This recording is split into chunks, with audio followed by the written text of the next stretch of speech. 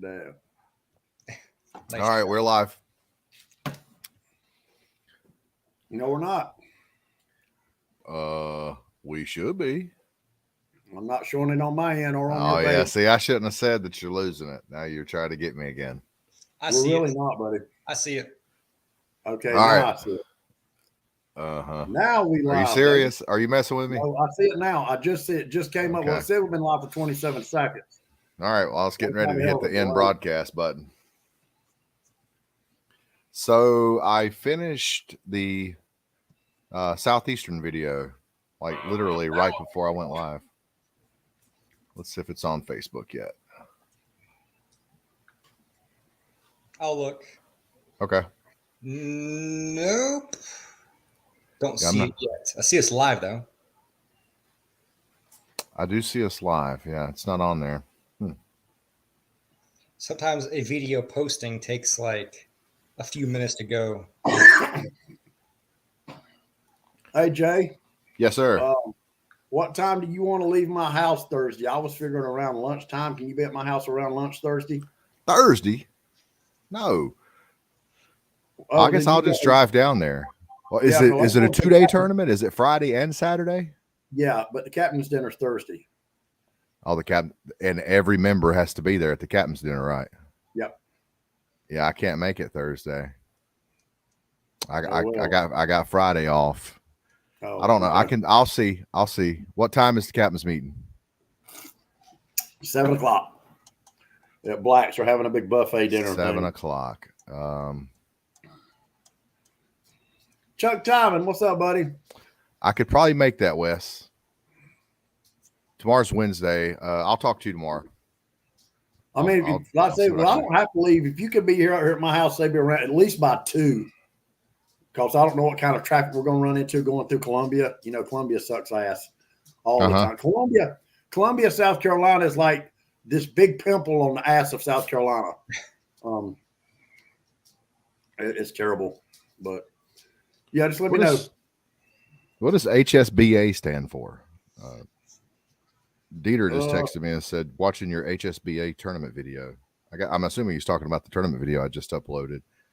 But what is HSBA? It's the Southeastern Catfish Club Trail. The acronym wouldn't be HSBA. Well, you're talking about Dieter, so. Get him on here. Why not? Pick fun of him.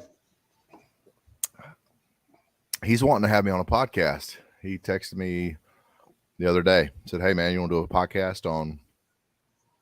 Well, I don't know if he wants to give it away, what it's going to be about, but yeah. It's going to have me doing a fairly like in-depth topic. It's kind of weird. It's one of those topics where really don't know how to approach it. So Mercer has a point, by the way, the HSBA Hybrid Striped Bass Association Tournament. So maybe the last year's video. Oh, okay. Yeah. Gotcha. Well, JR, you want to let Peter in on what we're doing, or does he know already? On the tournament this weekend. Yeah. I'm already putting 2 and 2 together. You're talking about driving through Columbia, heading to Santee, I'm assuming. So you're doing one of those tournaments there in Santee. Yeah. Tell him about it, Wes. You know more about it than I do. No, actually, I don't. What is the big? It's the Big Cat Shootout. Is that right? I don't know. Hang on a second. I'll tell you. Yeah, I just know it's a $500 entry fee per boat. I think you can have up to 3 fishermen on the boat, and it's going to be 100% payback. And I think, if I'm not mistaken, if somebody on here is watching, can give us a little more information on it. We're going to fish a tournament. I don't know a damn thing about it. I think Black's Camp. Is it the Black's Camp Big Cat Shootout? Yeah. And I got our room today too. I got 2 rooms, so I don't know how we're going to do that. I'm hell to sleep with. You know I snore, so. I do too. That's right. Okay, 2 more days. All the big cats will be on their way to Black's Camp. Captain's meeting Thursday at 7 p.m. at Black's Camp. They will have their buffet available. Bring your team and support Black's Camp for this amazing tournament each year. $500 entry fee includes big fish, $450 to purse, $50 to big fish. 2 tournament fishing days, Friday the 9th and Saturday the 10th, 2 fish per day. Tournament total weight pays out the top 3 positions only. And did you look at the weather Friday? I did not. What's it looking like? It looks like it's the wind's going 5-6 mile an hour winds, but it looks like it's going to be raining about all day Friday. So bring your rain gear. Okay. It's already in the truck from my last tournament. All right. Joey Moore, how can you vouch for my snoring in the next room? Well, let's see, talking about you, JR. What's going on, Shooter? That's my old boss man. Gotta better behave. Jason, me and JR is going down to fish with Brian Finley. I met with Brian Snipes, our guest from last week. He's the president of the Southern Catfish Conference. Southern Catfish. How am I saying that, JR? Southeastern Catfish Club. Catfish Club. There we go. Brian is a great guy. Brian actually built a cabin for me on my Sea Ark. One that I probably shouldn't have sold. Yeah, Brian is a great guy, man. Brian's just he's like cooler than Freddie Jackson sipping a milkshake. I like your boat now better. I like the Carolina Skiff better. I love the Sea Ark. Don't get me wrong, I loved it, but yeah, I like the boat that you have now. I like it better. I'll tell you that enclosure, it really surprised me. Getting it on, I'll tell you, and I hung it up in my building. I got heat in my building.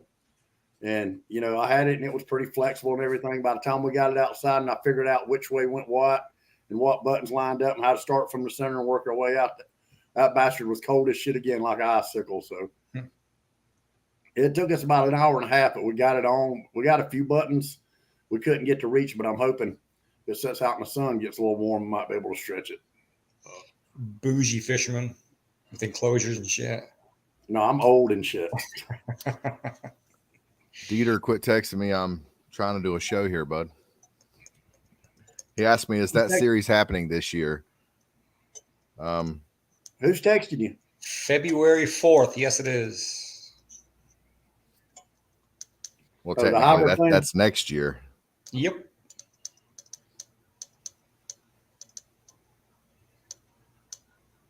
But so what's been up with you, Pete? Been busy, been doing some fishing here lately. Came off that tournament last week and a little bit of work and some fishing. And now I got a couple serious days coming up here as far as studying for my yearly recurrent, we call it, for the airline. So next 2 days, I got to tighten up and then go to Denver for 3 days. And then from there, it'll be another week of fishing. Are you going to go offshore? You going to try to have you been offshore since it's got cold? Man, I have not. Every day I'm off, the weather sucks, or my boat's been in the shop. But I pulled my boat out just last week, I guess we'll say, and she's ready to go. So the moment I get a break in the weather and my schedule works out, I'm gone. Would y'all like this better or this screen better? I like that one better. That one. Man, those were some awesome videos.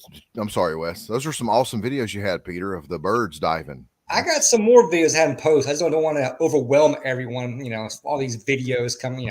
Yeah, man, they were diving big time, dude. Those things were hammering, bro. I mean, that was awesome. Baby. Chasing birds. So you were just gas trolling. I saw you had a 5-gallon bucket out on one side. Did you have a 5-gallon bucket on both sides, or just one side? I got it fine tuned to get the right speed. A lot of guys will think when you put one on one side of the transom, whether it be a drift sock or a bucket, most people would think that it would make you pull a certain way, but it doesn't, does it? It actually drives fine. In a smaller boat, it will slightly. In a larger boat, not so much. I never really noticed it on my boat, and. When I say smaller boat, I used to do that on my 17-foot bass track with a 50 on there. You can notice it a little bit with that, but I can see that. Boats, not at all. Now, are you drilling a hole in the center of the? No, not at all. No hole. No hole. And that's actually a 8-gallon bucket. So I've tried with that boat. That was a new boat to me at the time. So my old boat, I had it fine tuned to where exactly a 5-gallon bucket with a few holes drilled out was perfect where I wanted it at. So with this boat here, initially I started trolling with the troll motor, and you can just get so much out of it, maybe 6 hours, 8 hours, roughly on a good day. You get a little wind and now you're knocked down to 6 hours, as far as fishing. So I'd have a backup plan just in case my battery dies, as far as guiding and such.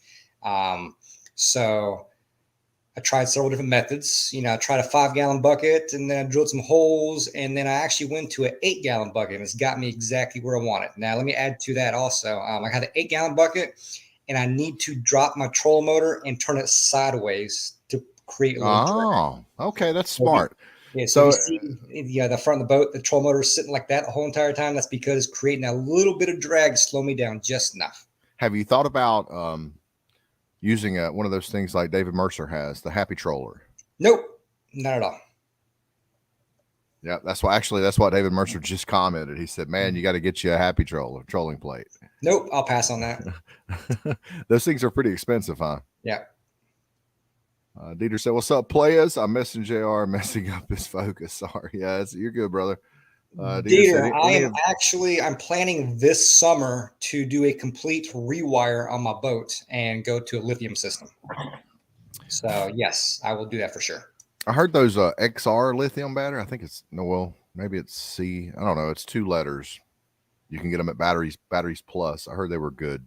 I don't know. What brand of lithium battery are you going to go with? Have not even researched that just yet. I got a guy that is a Garmin dealer that actually does sell or is able to order lithiums, and he'll get it to me at cost. So I'm going to go with a 3 battery system, I think, because if one craps out, hell, at least you got 2 to So Wes put a cover on his boat today. He's got an 08 Carolina Skiff Sea Chaser, very seaworthy, 24-foot boat. Been out on it with him offshore. We went out 70 plus miles. The boat rides very well, takes seas very well. So he's going to be doing some winter fishing, and he has a enclosure that came with the boat that's never been installed. So he got it out today, and it had a couple creases in it. He took it over to his friend Patrick's and put it in the paint booth, the heat booth. No, that was at my house. Oh, that was at your house. Okay. I've got heat in my building, yeah. So you heated it up. Did that get the creases out of the Lexan? Is that Lexan or? Yeah, it's Lexan. Yeah, it did for about 20 minutes. By the time we got it outside and actually figured out what went where, it stiffened back up. But I got it on for the most part. We got the outsides done so we can get a little stretch. You're talking about batteries. I actually just went and bought another $500 battery today because now I've got 2 depth finders. I'm going to be running 2, and they come off my starting motor. Now, what do you call it when you connect them? Network? Networked. They're networked. Most of my Garmin's are networked. Now, what does that entail? Well, it means like a lot of people, some people differ, but I like my mapping on my big screen. I'd rather be able to see more mapping and less sonar. So I'm using my 12 for my mapping, but my transducer is hooked up to my 12, right?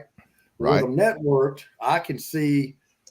So you can read your sonar on the graph that's not hooked up to your transducer. Exactly. I got you. And then they share maps, share waypoints, everything but trails. The only thing I didn't know when you go on your trails, that's something that the depth finder keeps it with. That's not on your map card. But once you make those trails, then you can share each one of them. So, okay. Man, that was a lot easier than trying to go from card to here, to there. $30 cable.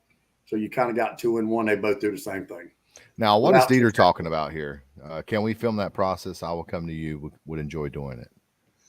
Rewire topic, I think, about rewire. Was it the rewire or the trolling with the bucket? Either or is fine. As far as the rewire, if Dieter's still listening, as far as rewire, I'm going to take it to a shop. I can do a lot of stuff, but wiring is not my forte. So I'm going to have someone do that. That's mine. I like to wire stuff. I can fool with electronics. Nah, he just answered the question. Peter's battery process. Okay. Now, my first set of drift socks was not drift socks. I had 2 5-gallon buckets, but I was getting so much drag, they were wanting to sink too low. So what I did, I took 2 5-gallon buckets and I cut them in half and re-drilled the holes and put the handles in it. So instead of a 5-gallon bucket, I had a 2.5-gallon bucket. Using them for drift socks. That's interesting. I would have never thought to do that. Yep. So I didn't have that much drag actually. And one of the guys down at Santee told me that. And I did that for like the first 4 or 5 years I catfish. I didn't have no money. Hell, it took me all the money I had to go down there and just to get down there and be able to fish, So My that was my dragon bucket was also my eel bucket. When I used to saltwater fish for stripers, I had 2 5-gallon buckets that I would set one down inside the other, and the one that I set down into the other one, I would have holes drilled in the bottom of it, and I would put my eel. I would put ice in there, and I would put my eels in there so they wouldn't be directly on the water. You know what I mean? So, anyways, I had the bucket with the holes in it. I would use for gas trolling before I bought a drift sock. I finally bought a drift sock and ran it on one side of the transom. And it's funny because you see guys that's kind of new to striper fishing and new to doing this tactic, employing this tactic, and they always want to put the drift sock in the very center of their transom. They'll have my buddy's got a 24-foot Carolina skiff, and he wants to put his drift sock. He's got a 6-foot sock. He wants to put it in the very center. I'm like, you don't have to. You can put it on either side. It's not going to pull. Like you said, Peter, it'll pull like on maybe a small bass tracker with a 50 or something like that. But a larger boat, you can't won't tell. notice much difference at all. You won't. Mm-mm. Y'all were talking about batteries. And anyway, like I said, I've got 2 depth finders now. So the best battery that I could buy, that I could find around here, have y'all ever heard of X2? That's what I was trying to talk.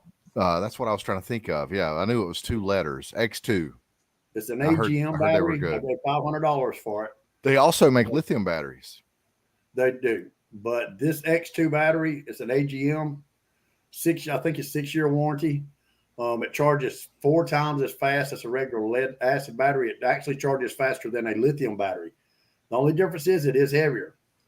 But there again, if you watch videos, and the odds of it happening are nil. But if you crack one of them lithium batteries on that water out there, it's going to catch on fire and it's going to burn like teetotal hell. And you might as well give your boat up because you're not going to get it out. You can spray there. From my understanding, even there are certain fire extinguishers won't even put it out. It's just it makes it worse. That's my understanding. In the airline world, we have a special process for those lithium battery cracks, I guess we'll call it. But yeah, something to watch out for sure. Yeah, I mean, I would make sure that I had the proper, fire extinguisher for a lithium battery. They don't make nothing that'll put them out. You got to let them go out on their own. The only thing you can do is cover it, completely encase it. That's it. Completely encase it. A buddy of mine said a buddy of his caught on fire down at Murray one morning, and he got lucky. He got it. The way it was in the boat or something, he got it and put it in the water, throwed it over the boat. And when he did, he said you could watch it's like it imploded when it hit the water. It just almost looked like a bomb as it was dropping. Oh, wow. So, no thanks. I don't think I'd be putting a lithium battery on my boat no time soon. But I thought you had some. I thought you already had some. I bought the X2s. Like I said, it's a $500 battery. It's got a 6-year warranty. Well, Dieter, he cheated. Dieter just said, I just watched Peter in the HSBA tournament last year. Nice bag of fish. Right. He cheated. He sure cheated. did. Yeah, there was a couple of guys that they never nobody officially protested Peter, but Peter did get some there were some people that were saying little sly comments about how they thought that he probably It's cheated. called haters. I'll let everyone think that, and we'll come back next year and do it again. No, you're not going to win next year because I'm getting in it. But Pete, bring it on. If you don't win, then they're going to say, yeah, he cheated last year. You're right, but here's the catch. And then if you do win, they're going to say, well, he just cheated again. So either way, it don't matter win or lose. They're going to hate. Here's the catch for this upcoming year. They changed the limits on Normans. So now you got to bring a 20-inch fish in.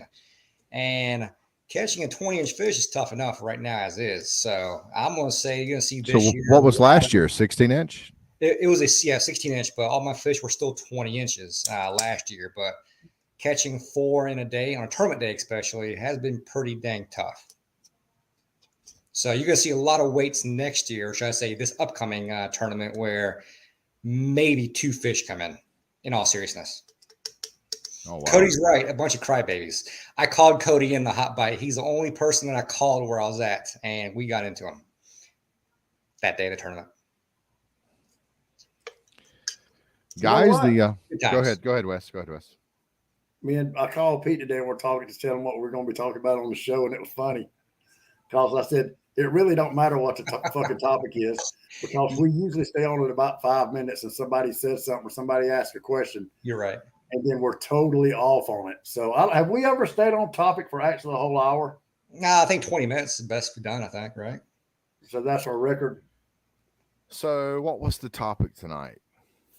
We were going to talk about how it's like, a lot of people really enjoy what they do, and it don't matter how they do, as long as they have a good time. Yes, And some people yes, are just trying to like everybody. to be the best. It's our culture. It's the American culture. Everybody wants to be the absolute best. Like Muhammad Ali, I am the greatest. Babe Ruth, Tom Brady's the GOAT.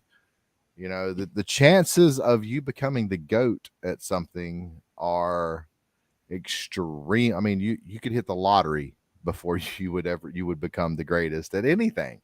And there are certain things that some of us do better than others, like Peter, for example. He can fly an airplane better than Wes and I can. He can fly an airplane better than most people. Barely, but yeah. But there are certain things that I can probably do better than Peter. The airplane can fly the airplane better than Peter. Yeah, well, I think that instead of this whole, this and trying to be the absolute best, the greatest, I think that people need to accept that, okay, hey, I enjoy doing this. I am good at it, but I'm content with not being the greatest at it. You know what I mean? I think that people get discouraged, especially in the fishing industry, for example. People may be getting into the fishing industry, and they may be not doing well. They might be getting skunked. They might be catching small fish. They can't figure things out, and then they just quit. And I think that's a mistake. I think that there is so much to be had from fishing that you just need to just continue to strive to be the best that you can be, but just know that you're probably not going to be the greatest. You're probably not going to be the Tom Brady of fishing. I mean, I consider myself I'm pretty good at fishing, but I know that I'm not the greatest, and I'm happy with that. I'm content with that. For me, and I've said this before, I'm going to say two things here. First of all, if you're just getting into fishing or you think you like fishing, but the only part you really enjoy about it is actually catching fish, you're in the wrong fucking sport, because you're going to catch less than you catch fish. Always has, always will. I mean, if I count all the fishing trips I've made over the last 40 years of my life, so I started fishing when I was about 13 or 14, I promise you, I went more and caught less fish than I caught more. I mean, that's just, I like every aspect of fishing. I'm not that big on getting up at 4 o'clock in the morning. I think that's a bunch of bullshit, but I do it anyway because I want to get out there and fish. Mm-hmm. But I did just like when I'm going down the little river, I enjoy the ride to the beach. I enjoy going to the motel, getting settled in, thinking about what I'm gonna catch, taking a plan. I call Pete or I call Keith. They've got it, which I've got those apps now. That's the reason I hadn't bothered you lately, Pete. Checking the weather. To see what the water temperatures are, where the current is, where I want to fish. Then you go down that morning, you get on the boat, you take off, you turn your radio on Bluetooth, listening to your music, you're heading offshore, the sun's rising. Dude, I love every aspect of that. It's not just me going out there and catching a fish. And and if you can't do that with fishing, you're in the wrong sport. That's right. That's exactly right. Chris Brown said, "Hey, JR, I've never done anything half-assed. I go out every day and try to be the best version of me that I can." Well, that's good. That's good. That's good. That's good. But when you realize that you're not going to be, Kevin Van Dam, even Kevin Van Dam can walk into. Who's that? Exactly. He can walk down. He can walk into the Golden Corral here in Gastonia, and nobody is going to recognize him. That's the fishing industry. It's not. Kevin Van Dam is probably the greatest bass fisherman of all time. I mean, you can't deny that he's a superstar. Okay. Did you see what he did at Hartwell? Michael Jordan walks in the Golden Corral. Guess what? He's going to get bombarded. Everybody's going to be wanting autographs. It's the fishing industry. You're not going to be Michael Jordan. Okay. Did you see what he did at Hartwell a couple years ago? No, He had caught a striper by mistake on a plug, really. and instead of letting the fish down, he just throwed it, slung it out in the water. Oh, that's not good. Dude, he got a lot. There was a lot of controversy about that. I guarantee it. I guarantee there was Bassmasters even said something to him about it. I bet. I'm glad they did. Yeah, what a jerk. Jeez. Yeah, I've heard he was a Dieter cocksucker. said, I'm the goat at dink catfish on chicken. Prove me wrong. You know, that's funny. I was seeing a lot of things on chicken today. I see, chicken is a very prominent topic on social media, Facebook. And I saw somebody was commenting. It might have been on one of your posts, Dieter. I don't remember. Maybe it was on Aloft Fishing. They had a bumper sticker that had chicken. Let's see. It was something about chicken fishing mafia or something like that. It was hilarious. But chicken it does so well to be a grocery store bait. It does so well. I mean, it outperforms every other bait that stink bait. We actually my partners and we fished the Southeastern this past weekend, and Lake Watery being a small fish lake, it's not a trophy lake. The big fish, Lake Watery outdid itself this weekend. They weighed in, the person who won weighed in like 90, 92, 94 pounds, something like that. And the big fish of the entire tournament, was like 38, 39 pounds, I think, which was huge for Watery. Our last tournament on Watery, I don't think the big fish was that big. I think like a 60-pound bag won the last tournament. So anyways, Lake Watery is not a trophy catfish lake. So the last time we fished Watery, I'm not very familiar with fishing Watery. My friends aren't. So we fished it like we would Wiley or the James River, or, we were using hand-sized baits, and we only caught 2 fish. It's a 3-fish weigh-in. So we show up to the weigh-in with 2 fish because we were anchor fish. We were banking on them running water, and they weren't running water. We threw large giant baits. Long story short, we didn't do well. And we told ourselves, well, the next tournament we have on Wiley, we're going to at least bring some grocery store baits. And that's what we did. We brought some freaking turkey necks and Kool-Aid chicken. And we went to not West Rose, but West Oliver went to Jamie K's and bought a bunch of 4-inch gizzard shad. And that's what we fished with. And I personally probably would have still thrown big baits had it just been me, but those guys they were like, we didn't do well with the big baits, so let's try the small baits. And we still. Let me ask you a question. Well. Yes, sir. Let me ask you a question while you're talking about lake. I never hear nobody say nothing about this lake no more, but I've heard in the wintertime it's probably one of the best catfish lakes around, and I never hear nobody talk about it. Mm-hmm. And them damn catfish will harass the hell of a striper fisherman. That's a fact in the wintertime. What did you say, Peter? So those catfish will harass a striper fisherman in a heartbeat. Oh my God! What? Okay, just disregard what Peter just said. What, Wes? Do you know what lake I'm talking about?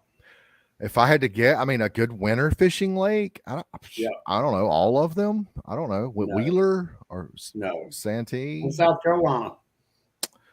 I don't know. Hartwell. Hell no. Well, then I don't know. It starts with the M. Murray. No. Monticello. Yeah. I don't never hear nobody say nothing else about that lake. I've never fished Monticello's weird. It's weird. It's a reservoir that's not even on a river. It's not even on a river. It's complete. 5 years ago, they were catching 80, 75, and 80-pound catfish out of it on the reg. And then, it's all of a sudden, you don't never hear nobody say nothing else about it. Does anybody still fish it? Nobody fishes it. Yeah, I've never fished it. I've heard that when you show up to the lake, you can trailer your boat, walk on the dock, and step onto your boat, and it be level with the dock. And I heard you can go fish for 6 or 8 hours and come back, and you'll have to climb a ladder to get back up on the dock because the lake, they drop it down so far. Like a couple of times a day or something, it drops it's cooling reactors. It's cooling reactors. Is that what it is? Yeah. But I'll tell you, unless my unless my transducer was messed up that day, one of the first decent boats me and Lori ever had together was a bass tracker. And we went down there in June, the end of June. Hottest fucking day I've ever had in my life, dude. When we got off of that water, when I got to the ramp or to the boat dock there, right there beside, you had the ramp and a little dock right here. I think it was in like 4 or 5 foot of water, dude. I'm not lying. That water was, it's my depth. My transducer showed 99 degrees. I didn't even know water could get that hot. Oh my God. Not in an impoundment. It That's was just crazy. brutal. Crazy. Everett Aloft said, what's the YouTube channel? I'm not sure what he's talking about. What's your YouTube channel? My YouTube channel is New School Fishing. Aloft. Oh, Dieter's trying to fire me up over here talking about catfish harass striper fishermen. 100+ pound catfish, hard as hell to fish, hero or zero. Yeah, I heard there were trees. I heard there were a lot of trees in Monticello. Kind of like Hartwell, I guess. This is what I know about Monticello. It's a fish bowl. Not any creeks. It's just a big fish bowl. Wind is, you get a lot of wind driven current. A lot, if it's any wind at all, it's going to be windy on Monticello. You get that huge drop, a couple times a day, and the trees, and there's good catfish there. It's really about all I know about it. Dieter, why don't you just get on the show? You've done made like 30 comments. It's easier to just get on. Come on, Dieter. Let's see. Gary Borders said at Watery one time had fresh shad, bluegill, and perch. Couldn't get a bite. Put chicken on. Started catching fish. Yeah, I mean, I think especially when the water's muddy, because catfish will, of course, they go by scent. So, but they also use vision. They go by visibility as well. But they do go by scent, probably predominantly. So when the waters are really, really, really muddy, then that I think is when that's the best time to use grocery store baits, because there's zero visibility for the fish. So they're going by 100% smell. So what better baits to use than garlic chicken? You know what I mean? JR, you know what the secret to catching catfish is? Oh Lord, here we go. No, let me finish. Hey, the guys were doing this in pay lakes, and I don't know if this matters, but they were catching so many fish and using it so much that the pay lake stopped it. You couldn't do it during the tournament. Well, go ahead and finish. Seriously, they were soaking chicken breast in WD fucking 40. Yeah, I've heard that. But the thing is the test that you're talking about, that you're using as reference. Those fish are about to starve to death. So you could literally just do anything, and they're gonna kill anything. Well, my understanding, that's why guys are catching flatheads on pack bait. But the WD-40 chicken was catching a lot more fish other than that. I mean, they wasn't only people using WD-40. They were just catching fish with it. And you know what they said? They wasn't really concerned about what it might do to the fish. See, Jeff Beal said that's true. They wasn't concerned about what it was doing to the fish. I would imagine it could kill them or contaminate them or something, but they didn't. They made people stop using it for the main reason it was leaving oil spots on the water. Yeah, where they soaked the bait in it and get out there, and then the oil, would float it to the top. Oh yeah. But they said there was something about that. The catfish, there was something about that attracted them. It works. I mean, there's a myth that WD-40 is made from fish oils. That's not true. It's made from I can't. It's some type of chemical. I can't even remember. They put J.R. Wolskall's comment up there. Yeah, I did. He said, "JR, you lost me. You lost your band card talking about using chicken." No, put the other comment. Out of 100 trips, Junior, I might use chicken 1 out of 100, and I never by myself. It's always with someone else, because they want to catch fish, and yeah, just 1 out of 100, I'll use chicken. Which one? This one, WD-40. Yeah, we'll get fish. Yeah. Now, when I used to fish pay lakes, we used to fish at a place called Gross's, JR. Yeah. And a guy told me about this, and I actually got in trouble because I took my mama's. But I was trying to fish with chicken livers, and every time I would cast them, I'd sling them off. Mm-hmm. So he showed me a trick. He said, you need to get you some pantyhose. So I took a pair of my mama's pantyhose years ago. Needless to say, I won't do that no more. And they come in a little egg. I remember they were in a little egg called legs. Oh Anyway, yeah. you remember those? Yeah. So you take that pantyhose and just kind of put it up around above the eye of the hook, and then just tie it with some line right there, which I used to use sewing thread. Little tip is just to leave your chicken livers out in the sun for a couple hours, and they will dry up just a little bit, and they'll stay on your hook a lot better. I'm laughing at Dieter here. Nice comment. Yeah, I'm just enjoying my beer here and listening to the old catfish. Let's get back to the striper fishing, Peter. Shut the hell up, striper fishing. Slightly changing subject. You know, one thing I noticed about these catfish on watery my last 2 trips, man, like yesterday. So it was watery. I was right. Yeah. All this time you haven't been telling anyone what lake you're on. And I don't intentionally tell it. Yeah. I've been trolling you saying that's watery. That's watery. Yeah. Yeah. So last couple days, yesterday in particular, you know, we caught a couple catfish and they were spitting up snails. I'm talking like by the handful.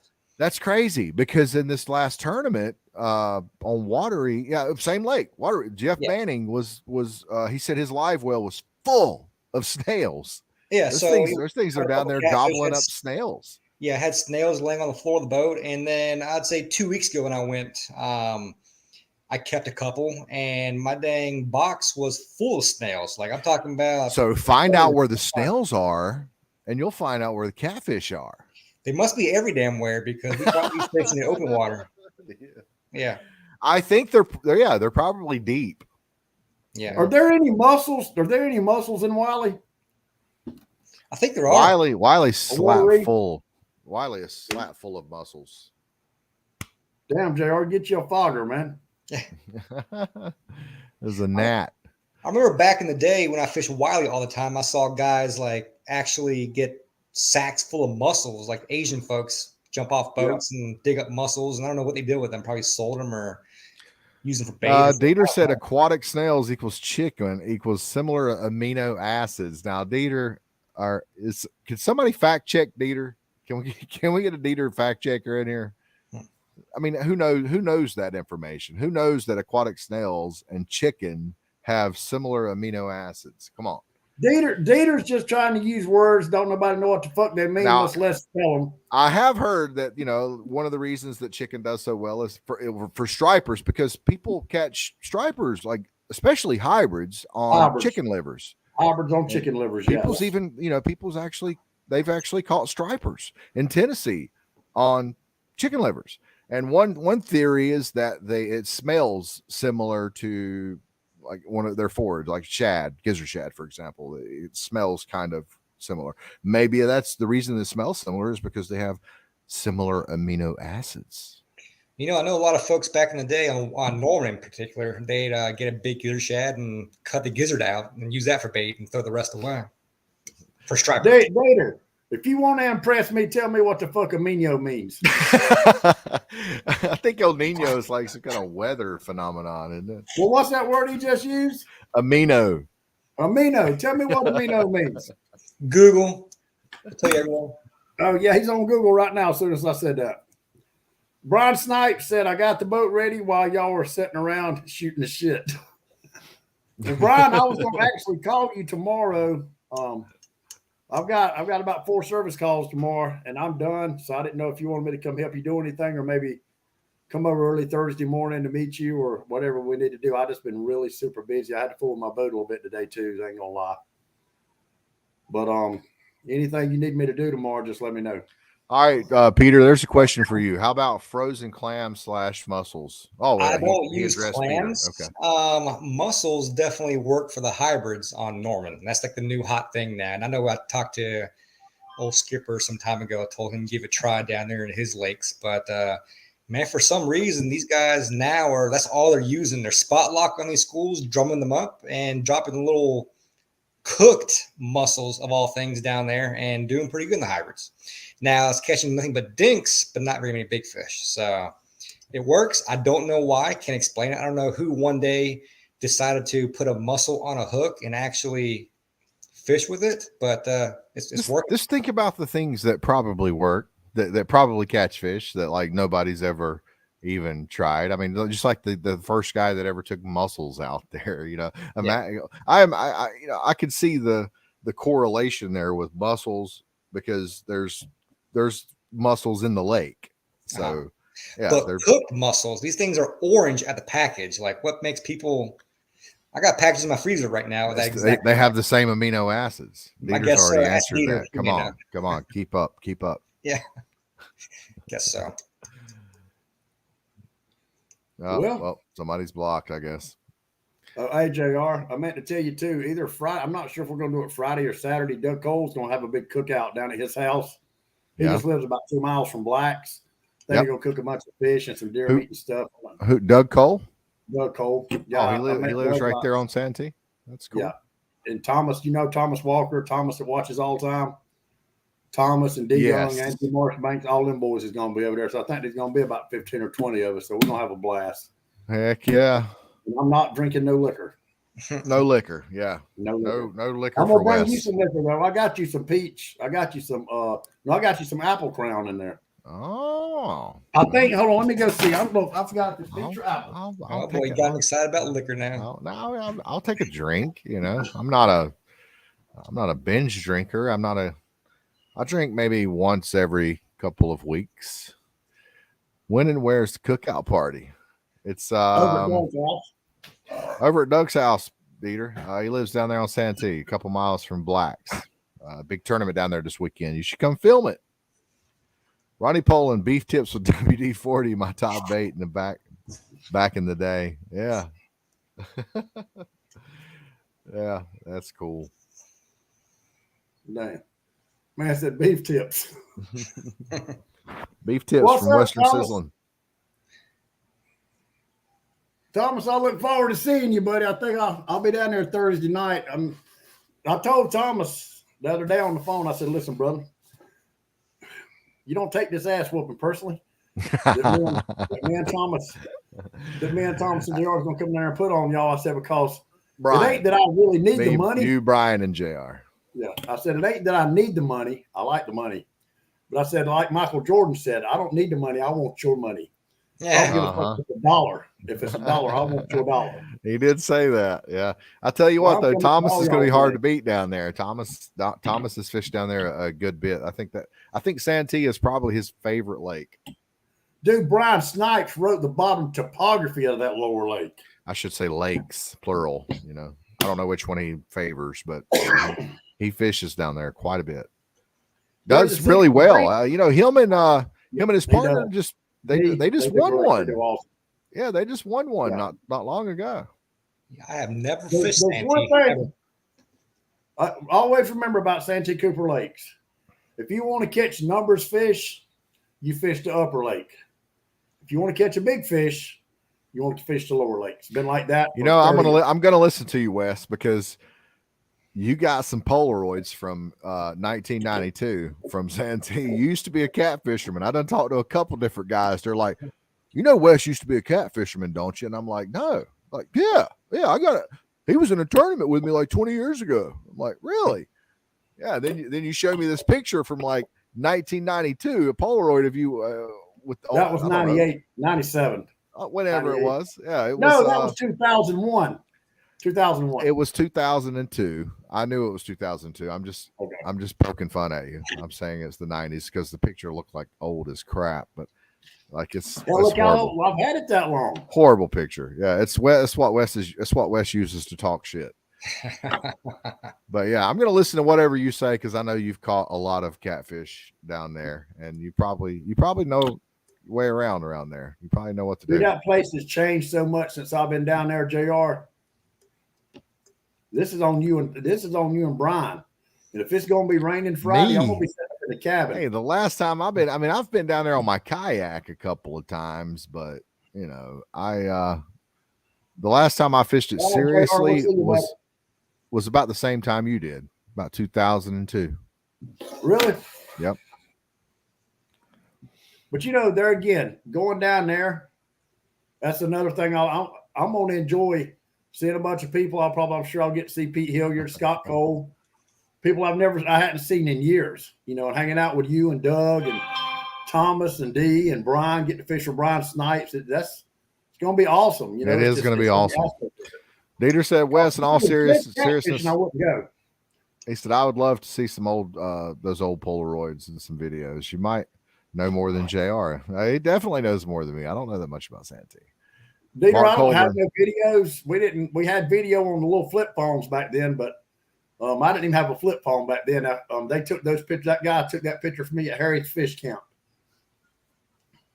So, yep. That's the thing, Mark, is this day and age, you know, guys that are just getting into fishing or that have only been in, not saying that that's the case with Thomas Walker, but some people, you know, you can only be in the fishing industry for a couple of years, and you can learn in a couple of years, you know, today what took, you know, guys like us 5 years to learn, you know, 15, 20 years ago, because of YouTube and social media, and you got all these content creators, you know, everybody is, the learning curve has been absolutely decimated. Like you can learn whatever you want to nowadays. There's no doubt that YouTube does kill fishing spots. You know, I watch some of these guys occasionally post YouTube videos, like a bass fisherman on Lake Norman, and you know, making YouTube content, hitting the same bridge pylon over and over and over again, catching fish. You know dang well he's probably now giving up his favorite spot because of these videos, you know? Yeah. I mean, yeah, you got spot burners, you do, but you know, you can lead a horse to water. You know, look at a tournament, look at any given tournament. These guys, if there's 50 boats in a tournament, they all know where each other's fishing. They all do.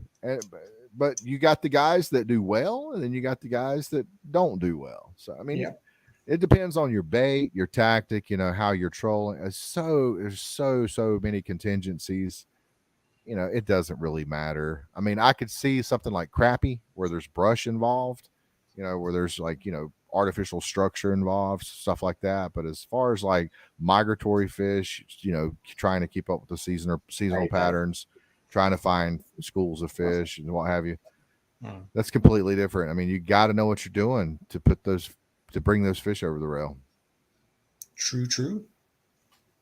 But you know, some of my best times, JR, seriously, was catfishing. I mean, it's what I started with.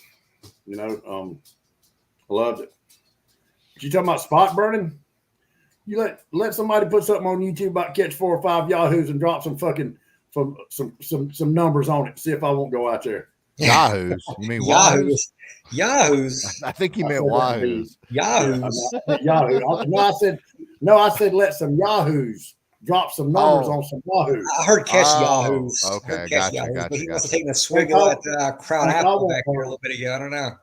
Think I won't burn them, boy. You better slow down on that Bohemian beer or whatever that shit is you're drinking. Good shit. I'm drinking the Kool-Aid. That's an old school cup. Do you remember a drink called, I used to call it it's Tahitian treat? Treat, yeah. You remember those? Oh, they it's still like make fruit punch. Yes. God, dude, these things are so good. My wife found them in the grocery store the other day. She bought us a case of them. And I'm gonna try to show y'all this. This picture, the big fish was 81 pounds. My smallest was 37. Thank you, baby.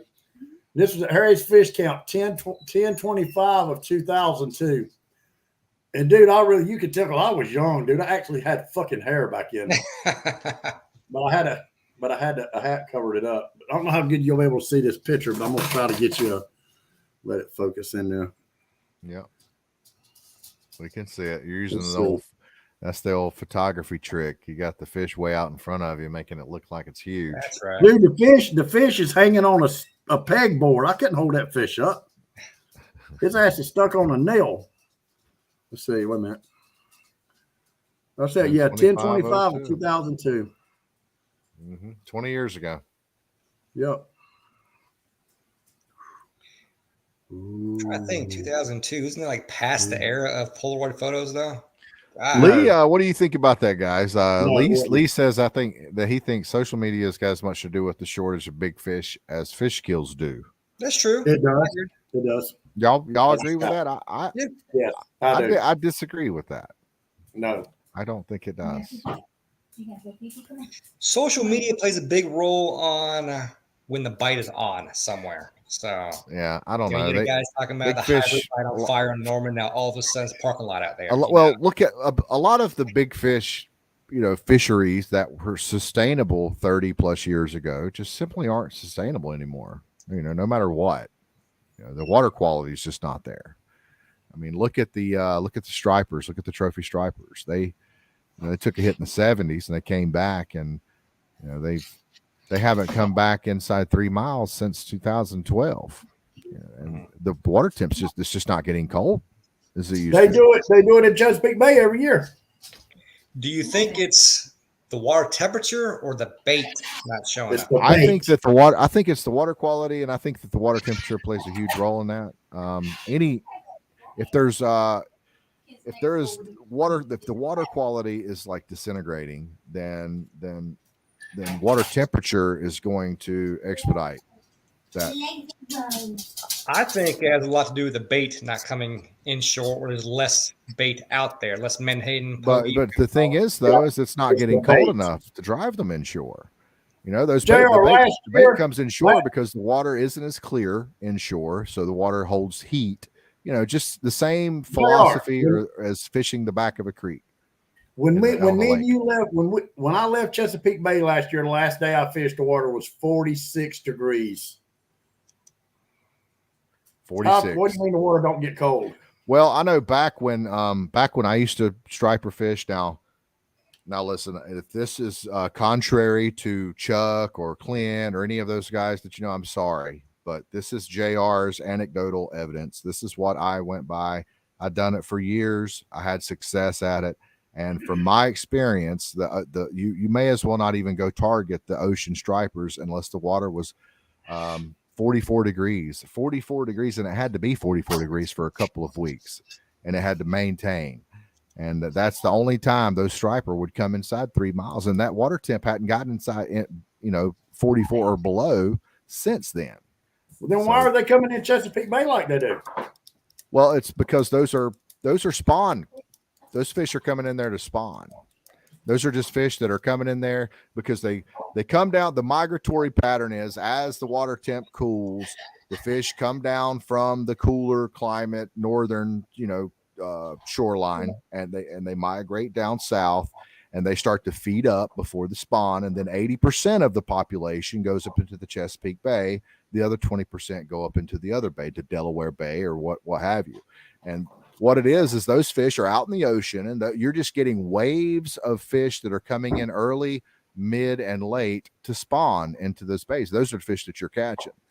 The fish just aren't. I mean, you can ask other fishermen that are fishing offshore. I talked to, like, around 2013, 14, when the fish weren't coming in inside 3 miles. I talked to offshore fishermen, and they said they'd be out 30, 50, 70 miles off the coast of North Carolina and Virginia, and you could walk on the stripers' backs. They were so thick. So they're just not coming in inside 3 miles because the water's not getting cold enough. I mean, it doesn't get any simpler than that. I don't see how that can't be considered a fact. So I'm trying to wrap my mind around this, because water on the beach cools faster than water offshore. No, it doesn't, because it's cloudy. Look at it this way. You go to a back of a creek. The back of a creek there's more nutrients. It's more nutrient rich. That water it's gonna take longer to heat up, but it's gonna hold that heat a lot longer than clear water. Same thing. Gerald, the last day me and Todd Asher and his family, we went out offshore fishing. The water was 58 degrees in Little River Inlet. When I got out of the inlet, it dropped down to 57 degrees. And the further west I went, the further east I went, the warmer the water got. That water was a lot colder inshore than it was when I went offshore. It will take longer. It'll take longer to heat up, and it'll take longer to cool down. But it's going to maintain that. Look at it as aluminum. Look at it as when you're fishing the back of a creek. Why do you fish the back of a creek when it gets cold? When that water temp starts to fall into the low 50s on a reservoir, and those fish start to gather around the mouth of the creek, and as it drops down into the low 50s, upper 40s, the fish start to move midways into the creek. And when it's all said and done, when the shad start to die off, they're in the backs of the creek when the water's in the 40s. Why? If what you guys are saying is true, then why? It's because that why is the bait back there? That's why. Because That's what the I'm trying to bait's explain dying to you. in that cold water, and so the fish are bait going is back there. dying, but the bait are moving to the back of the creek because the back of the creek is dirtier, and that dirtier water holds heat. No, It takes the longer to dirtier heat up, water- but it holds No, heat longer than the clearer water out in the main river. No, JR, it don't. No, listen, it don't hold heat longer. It'll get hot quicker when the sun's up. As soon as that sun goes down, it's over. I mean, think about it. I'm going to respectfully disagree on that. Leave it alone. Quit growling. When I left Little River Inlet the other day, by the time we got about 40 miles offshore, we were coming out of our clothes and we were in short sleeves again. And when we left, we were bundled up like Eskimos. Well, now you're talking about something completely different. You're talking about the Gulf Stream. No, I wasn't nowhere near the Gulf Stream yet. Yeah, you were. If you were 40 miles, you were approaching the Gulf Stream. Miles. The Gulf Stream's probably around 80 miles out of Little River, give or take. It depends on how far it's in or out. No, it's well over 100 miles out right now from the Scarp. We wouldn't even know we're close to the Gulf Stream this year. We were in blue water, but we wasn't in the Gulf Stream. The stream was probably, I'm positive. The shelf. About 80 miles. The shelf is around 80 miles from Little River. The Scarp. We were on the Scarp. Yeah, the Scarp isn't the shelf. The Scarp's the shelf's on past the Scarp. The Scarp, yeah. But no, the water temperature, I understand what you're saying. Like when I was striper fishing, like when I used to fish Russell, when I'd get in back of a creek, if it was cloudy, the sun didn't come up, I wouldn't even try to fish the back of that creek because that water's not going to warm up. But okay, Dieter says Peter's right. While the sun's up, but when the sun goes down and it ain't getting no sunlight, that water, when it goes back cold, it holds heat. So what you're saying is nutrient-rich water will not hold heat as long as clear water. We're not talking about nutrients. Is that what you guys are telling me? No, you're saying colored water because it's muddy and cloudy that it holds heat, and that's not true. You can Google that. Nutrient-rich water will hold heat longer than clear water. You said cloudy water, muddy water. Yeah, nutrient-rich. That's cloudy. That's cloudy water. Nutrient-rich is dirty water, Wes. Yes, it is. But it won't hold heat if it don't have. When that sun goes down, that water's going to get cold. It will be the first to warm up, but also it doesn't stay warm. Like it will cool down. Exactly. I'm not even going to respond to that, Dieter. He said, it pains me to say that Peter's right. Offshore temps and Lake Creek temps don't compare. What do you mean by that? Can you expand on that? Because that doesn't make any sense. Of course, I just actually, if you'll go back and listen to what I just said, I just proved that they do compare. Right, okay, it's been an hour. So what would freeze faster? What would freeze faster? The creek or the main body of water? The clear water would freeze faster than the nutrient-rich water. Shallow water freezes faster exactly. than deep water. Dieter called him. Was that Dieter? Yeah, someone's calling me. Yep. All right, guys. Well, it's been an hour. It's been a great show. Thanks for coming by and watching Real Fisherman. Dude, we're not getting off yet. We got 13 viewers, man. Hey, we had 28 earlier. I'm not leaving until Dieter comes on here. Let's talk about this. Come on, Dieter. Dieter, come on, man. Come on, Dieter. I have to send him an invite before he can come. Oh, I thought you already sent him one, Jay. I'm sending. I never did. I'll send him one now.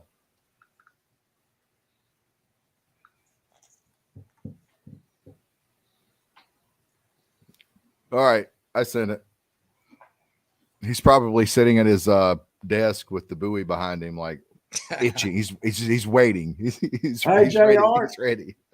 David Mercer said to tell you that hot water freezes faster than cold water, and that's a fact. He learned that at school. It does. Hot water does freeze faster than cold water. Shallow water freezes faster than deep water. Do you know why it freezes faster? Yes, because the molecules are closer together. No.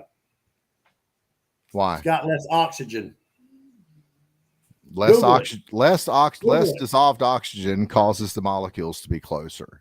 That's why it freezes faster. Oh man, I'm not talking about no molecules. So you try to use them words I can't spell or pronounce. Like So I actually did try the whole freeze test. I'll tell you a story real quick. I was in Chicago one night. It was one of those nights. It was -40 outside. And so myself and the crew, we actually did go outside with a hot cup of coffee and a cold cup of coffee. And sure, we threw it up. And yes, the the hot cup of coffee froze in an instant. Yeah. You know, that's what the whole thing where you boil a pot of water. You guys should probably remember, I think it was like 2000 and 12-ish. That was like a big viral thing. People were boiling a pot of water on their stove and then taking it out in, below freezing temperatures and throwing it up in the air and it turning to snow and freezing. Yeah. Did you hear what? You put Mark Coburn's comment up, please, JR. Mark Coburn, he said, I agree with Wes because it's funner. I like to agree with Pete because it's funner. Scott Perry said, is that where Wahoo are? I don't even think he knows what he's asking there. Scott's at a dinner. That's what I said, Dieter. I said that it heats up slower. It heats up slower and it cools down slower, holds heat longer. Come on.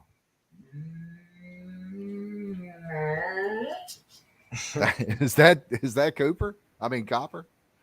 Yeah, he's Lexi's eating, and I won't let him get her food. Oh, you could hear him crying? Yeah, I heard that. Look what I just got from Thomas Walker. He said you're gonna need to lace some boots up. Team drop off is gonna put on another clinic. Oh, yeah. See, y'all, you talking about a clinic? We sending motherfuckers to the hospital. You can have the clinic. Damn. Haters gonna hate, right? That's right. I love it. Now, hey, Thomas Walker and his partner D, they're great fishermen. What's up, Dieter? What's up? That's 2 weeks in a row we've had Dieter on the show. Dieter, tell us how wrong JR is. I'm not going to say nothing else. I'm going to sit back and smoke a cigarette. Sit back and giggle. Yeah. Sick and wrong. I'm not wrong. I will debate anybody on this. I mean, I've pretty much proven myself, so we may as well just move on to another topic. Peter, do you feel better now that I'm here? Oh, man, absolutely. I can go to sleep now. Oh, buddy. Yes. What's going on, hero? I'm actually coming to your lake tomorrow. Oh, boy. Try to catch some of those fish. I'm going to go striper fishing tomorrow. The ultimate. Wait a minute. That's not his lake. That's not his lake. He lives near the Yatkin chain. That's your lake, Dieter. Get him, Lexi. Listen. Lake Norman, I can see Peter owns that lake when it comes to striper fishing. And just because he's won a little coffee can tournament a couple of years in a row doesn't mean he owns it. All right. Do we need to get out my dry erase board over here and put down how many times he's kicked y'all's ass up there catching stripers? Y'all, he's never kicked my ass. He's won the HSBC 2 years in a row. I didn't even know the HSBC existed until last year or till this year. You're too scared to fish against him. I'm going to fish against him in February, and he's going to get that ass kicked. Dieter, I'll tell you right now. I saw. Wait a minute. Let me do a screenshot so I can remember where he said he's going to get that ass kicked. Okay, there we go. It's not going anywhere. We can come back and check that. I saw that video that you posted, and I saw a location that you're at, and that is a pretty good starting point for you if that's what you're after. Are you talking to? Oh, you talking about where I was at today? Correct. Yes. Oh yeah, there's a lot of. Hey, if you guys can't share it, then don't talk about it. There's a lot of stuff I didn't show in that video that you probably figured out. I didn't show a lot of screenshots and stuff. Yeah. Stop it. Yeah. JR, Scott Perry wants to come on the show. Send him an invite. Okay. Now he got a show. Holy smokes! Here we go. Yeah. Send him an invite. I'm sending it. Go ahead, Dieter. I'm sorry for interrupting you, buddy. Go ahead. Oh, you didn't stop me. No, we're good. Yeah, I am going up there fishing tomorrow, though. I had a good time today. It was fun. It was a lot of nothing. And then all of a sudden caught some catfish, which I know to Peter is gross, but ended the live stream on a good note. So, yeah. But there's a lot of white perch in the same area. So I'll just say that. Yeah. Gotcha. Yeah. A 2-pounder, I mean, that's actually still kind of small. That's still small for even Norman. Norman's got better than 2-pounders. Come on, Scott. Scott, it's not Scott. I think someone else. Yeah, they're talking crap about hybrids, but they can't catch one when they go there. So, Yeah, that's sexy. Show me that belly again, baby. Oh, Wes loves to show his belly. Listen, when we're on a fishing trip and we're stretched out at the hotel or wherever it is where we are, Wes always pulls his shirt up. He loves to let the belly breathe. That's beautiful. That is beautiful. Hey, So, hey, tell me this, JR. This is what I was That's bugging all you you about. can I'll think. bug you about what I was texting you about during the show. Okay. What is the whole deal with that hybrid striped bass association? How does that? Is that a whole series of tournaments? Yeah, Coming up they're this year? basically modeling themselves after the SBC. They're the Okay. I thought that was the SBC. it's the Hybrid Striped Bass Association. Or You know, instead of what is the SBC? The Conference Striped Bass. I'll clarify real quick. All right. So a bunch of us wanted tournaments to start happening on Norman. Okay. But we hate the fact that someone can go catch you get 20 boats and one person might catch that 8-pound striper and they win it. So we're like, all right, no, we want a hybrid only tournament now. The hybrid are the more predominant fish. As far as the striped ones there in Norman. And so Trevor went ahead and named it that, the Hybrid Striped Bass Association, with the intent of catching hybrids only and making it a yearly event. So once a year in the wintertime, January, February, somewhere thereabouts. But it's not a hybrid only tournament, right? You can weigh in a striper. Hybrid only tournament. Oh, I thought you could weigh in a striper. Yeah. Nope, Right. hybrid only. And it's going to be called this year the David Club Honor Tournament, something in February, if I'm not mistaken. I believe so. Yeah, that's the guy that was over there that started the SBC. David Right. Club. David Club, yeah, they actually named it after him, the SBC after him. So And the how hybrid. about I do remember clearly that me and Dieter teamed up together to fish that Memorial Striper tournament on way back when. I think we got his personal best hybrid of that day too. So it was good. Might have been, yeah. Like 6.5 pounds, I think it was. Yeah. So you and Dieter fished a tournament together? We did. Last time we did. Yes, we did. I got pissed off and kicked his ass off after that. No, I'm just kidding. Yeah, he said that son of a gun, he snagged up all my umbrella rigs and lead core, wrapped it up on a point, and we had so $400 worth of gear. Dieter didn't get any footage of that? Oh, there's photos. Oh yeah. Actually, there is some footage, just like in my little promo on my YouTube channel with JR on my boat kissing the trout. There's a shot when I was with Peter on that boat of the reels and stuff at sunrise. That's still on there? It's still on there, buddy. Yep. Okay. You both have a part in that. Wes, you don't have a part, so you got to step up your game, pal. I remember we caught a lot of fish that day at 25, 30 hybrids. I think we left them biting to try to get a bigger striper. Yeah, it was fun fishing. It was fun fishing. There was some good catching on that doing the pre-fishing and actually during the tournament too, so it was fun. Hey, Dieter, when I first started going fishing down in Myrtle Beach this year, or Little River, I was into the shark fishing thing because, like I said, it was an easy button and it's something I could catch. Absolutely. Yep. So I got on YouTube and I Googled shark fishing in Myrtle Beach. And the first 10 fucking videos was you.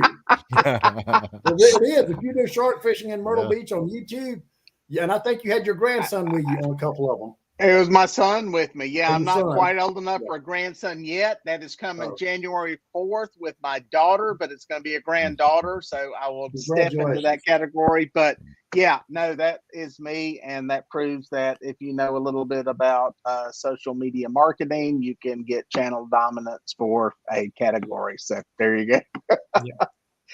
Well, I was like, damn, I didn't even know Dieter saltwater. I thought he just catfish. I play around in it. Peter taught me how to catch king mackerel in literally 7 minutes one day with a rig that he threw over to the boat. In his boat, threw it to the boat and said, put one of those menhaden that I had netted onto the hook and troll around at 6 miles an hour. Let me guess. Honestly, I swear to God, 15 minutes later, I had a king. A live bait at 6 miles an hour? Let me guess. It was one of those macaroos. No, he's joking. It was at idle speed as slow as possible. But yeah. Macaroo, we created a monster that day. Like we did. Yeah. Is that what it was? It was fun. I actually like doing that when they're ever in there. But anyway, that's a whole different world. Peter's a lot better. What's that? Was it a macahoo? A macahoo? It was a live bait rig for pogies. Yeah. Yeah. Well, Peter, a little wire rig. Isn't that what a macahoo is? So it's 2 hooks on a wire. That's all it is. Nothing fancy. Oh, okay. You nose hook them and kind of back hook them to the other side. Peter I thought I showed me was how to do king it. of the world. So. I remember he called me. He said, I just had one skyrock on the bait, man. Holy shit, come over here. Yeah, I remember Peter that. showed me how to rig a ballyhoo, and Keith Wood took me to the first time to McMarlin, and we pulled the ledge. And I'm a beast now in Wahoo, man. Listen, I'll go out there and catch your ass. You don't have to show me one time, brother. You go out there, it'll humble you one day, man. I'm telling you. Hey, and I know that. You know that, yeah. So far. Oh yeah. It's there. That's what I was talking earlier. You got to enjoy every aspect of it, because if you don't, one trip like that with no fish, you'll go sell your boat and everything and get to take up another sport. Just every aspect of it. I enjoy the ride after, like I said, going across the ocean at 7:00 in the morning, watching the sunrise. And then when you're coming back in, watching the sunset going into the inlet, and you've got a box full of fish, dude, there's nothing like it. I mean, you had a good day offshore. I can vouch for that. And Wes, many different species, Wes, you said something earlier, Wes, when you were talking about the ride down to Little River and how you've got to enjoy every bit of it, not just the fish catching. You summed that up well. That hit home for me. And that, honest to God, is what it's about when it comes to doing this stuff. Yeah, catching big fish is great. I did a live stream today for 4 hours. The first 2 hours, I did not catch a freaking fish. It was cold. It was wet out there on Lake Norman. Oh, you did a live stream today? I didn't know that. I didn't get 4 notified. hours, longest live stream I've ever done. Oh man, just I would have totally because it took watched that it. long to catch a freaking fish. But my point is, it was fun. It was dreary. It was a memory, and that's what it's all about when we go do this stuff. Yep. David Mercer texted me and said, tell Dieter to accept my friend request when he gets a chance so I can see his comments. Then he texted again and said, he's commenting on YouTube. I figured it out. I was live on It's YouTube. funny. I don't see comments. Like when I'm trying to watch comments, I don't see all of them. So like here on StreamYard, I get to see the YouTube comments and the Facebook comments. Stop. So what's your next adventure, Dieter? You coming down to Santee this weekend and hang out with us? No, I'm actually, my next adventure is I am seriously going to Norman tomorrow and gonna try some striper fishing, hybrid fishing. I was planning to do some watery stuff this weekend, but I think there's some family conflicts that are going to get in the way. It's just the weekends are screwed for me. I would love to do some of that stuff. It would be fun to fish one of those tournaments. But yeah, I'm kind of screwed out of that. And then it's guide trips after that. I got a bunch of stuff going on next week. So I'll find something. Ice Bowl is on the radar. So I'm thinking about going to do that. So that kicks Peter out. That's a whole world he doesn't want to get into. So yeah, I would love to fish stick the with the Ice Bowl. stripers. Yeah. I love that it's a one fish tournament. That's awesome. Yeah. JR, you remember we were talking the other night, Scott Perry, and this is true. I know I used to do it. You take pictures at a sunrise in the morning, take pictures at a sunset. When you get home, you say like, everybody knows you went fishing, so you put these pictures up. Man, what a beautiful sunset! What a beautiful sunrise! And I'm thinking in the back of my mind, them motherfuckers didn't catch shit. Yeah, there's a reason they call it the skunk set. Yeah, the skunk set. Yeah. If somebody goes fishing, they start posting sunrise or sunset pictures or pictures of the water with no fish, they ain't catching nothing. Yeah, and the people who call it a skunk set are the ones sitting in a construction site, a welding station, or roofing a house, because by God, they're not out there and they wish they were. So you said that right. I cherish that comment. Amen to that one. Yeah. All right, I'm gonna jump off here. I had to come say hey to make Peter happy because I want to fish with him again. The rest of them, I got to make JR happy because he's going to be on a podcast here soon. So yeah, where to fish on Norman tomorrow? You got it all figured out for the shoot me a text about 10 o'clock tomorrow. I'll either be on it or wrong by then. So shoot me a text and I'll let you know then if I'm in the right area. All right. Look for all the guys spot locked also. That might help. Yeah, that might help. I've seen a pontoon boat you've probably seen and a deep V with a full enclosure today that I think gave away a few clues. So that will help me get a little jump start on what's going on. So, all right. We'll see you guys. Thanks for inviting. All right. Good night, Dieter. Thanks for coming, brother. See you. All right, guys. So hey, it's been a good Here show. we go. Look here. Now, hey, as soon as we get off this show, him and Scott Perry will get on YouTube, and there won't be nobody on there but him and Scott, and they'll stay on there for 2 fucking hours. I only did that once. Couldn't wait to get off here to get on YouTube and not have no viewers. I know, right? I guess so. All right. Well, it has been a good show. Enjoyed it. and Yeah. Yes. glad we got to do it. And I guess we'll see you guys next week on the Real Fisherman Show. And hey, make sure you hit that like button before you hop off here, and that'll help trigger that algorithm, and maybe it'll share it to more people so they can come hang out with us and comment with you guys. And I know what the show's going to be about next week already. I got a topic. Oh, We're going to talk about the tournament, how we won it, everything that happened, and how we went to the scales and we took everybody's money and everybody was crying, saying we cheated and we got lucky because we don't fish down there no more. And I can hear it now. You heard Wes, but this time next week, we're superstars. hey, been there, done that. I get it. Good night, Hey, guys. it will be, at least for a minute anyway. Yeah. Peter, safe travels, buddy. Be safe. Take care, buddy. We'll see you. JR, I'll holler at you tomorrow. See you, brother. Love y'all. Good